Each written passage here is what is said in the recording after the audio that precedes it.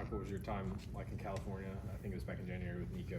He said he called and had you come out there. What was that? That was a good chance to kind of bond with him a little bit. Yeah, it was great. I mean, every trip to Cali is gonna be great regardless. But just being out there, just build a connection, getting some workouts with him, and just a little time for like building a relationship before the season actually like really helps with the chemistry that you have.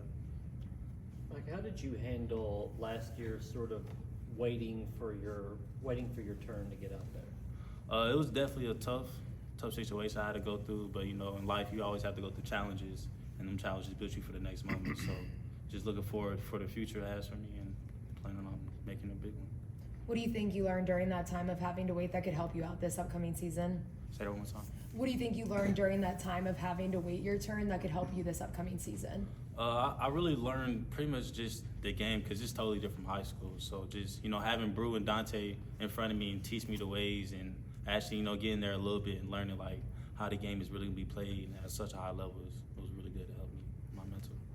Mike, how much did the Brew kind of help you out in the off season just to, assure you that Tennessee was the place for you to stay? He pretty much taught me all the time. He wasn't really big on like getting into like my business, but he was still telling me like, just knowing that things gonna be good and I gotta make my own decision. But he still believed that Tennessee, I should stay up.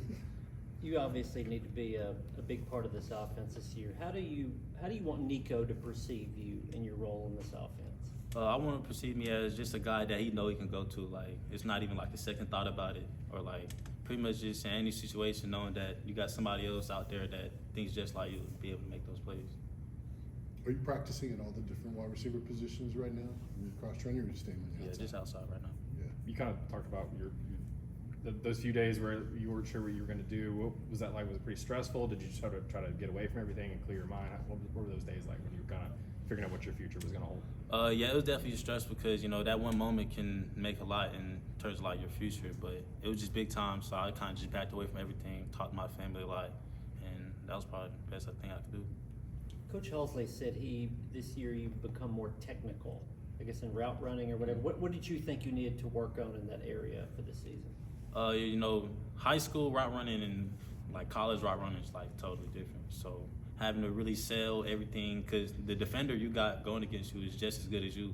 So your technique has to be really, really equipped to what you do. So just having that in mind, and now I've already been through like a year, and then along with seeing Brew and Dante in front of me, really helped me understand, certain movements and what I have to do to get over. So do you think just it was a little sloppy last year? It just wasn't. I wouldn't say it was sloppy, but I feel like it wasn't on the standard for Tennessee. So, meeting that standard. What was the biggest thing about your situation and opportunity here that convinced you to stay? Really just knowing, I pretty much built a family here, and it was definitely tough, like just thinking about doing that. But just the family, the coaching staff, and all my teammates really helped me make my decision. Mike, what do you think about the new receivers, Amari, Rodarius, and Travis that have come in? Yeah, I feel like they're all dogs. Everybody, it's pretty much a competitive room just like last year. And everybody wants to be good. Everybody buying in the meeting room. And then we get in the field, everybody wants to play hard. So having that type of unit is going to push everybody. How different are those guys, do you think? In terms of like playing style? In terms of playing style, all those, what they bring to the table. I feel like everybody has their own bag and like what they bring to the table. But everybody pretty much has that dog in them. You can tell like who has a dog, who isn't. So it's just having, I don't know, it's pretty diverse, really. Do you feel like you and Chris have pushed each other at all so far this spring, being kind of the guys who do have more experience, even if it is a little bit less inside this program? Yeah, totally. Me and him, we're always going at it. He's pretty much me on the other side. So I always talk to him through other looks and like what he would do, knowing he is older than me as well. So I kind of look up to him in terms of giving me like kind of just advice on how to run things.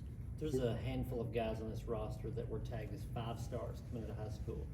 And Nico is one of them, obviously. You're one of those, and he had to wait to play. Is that 5-star tag, is that a burden at all to guys? Nah, well, at least not to me. I feel like all the politics stuff, it's good and all on your name, but at the end of the day, are you going to be able to go out and play on a high level and compete? Because you'll be a 5-star, but it doesn't really mean anything if you can't play. All right, thank you. Thanks. Thanks, Nick. No problem.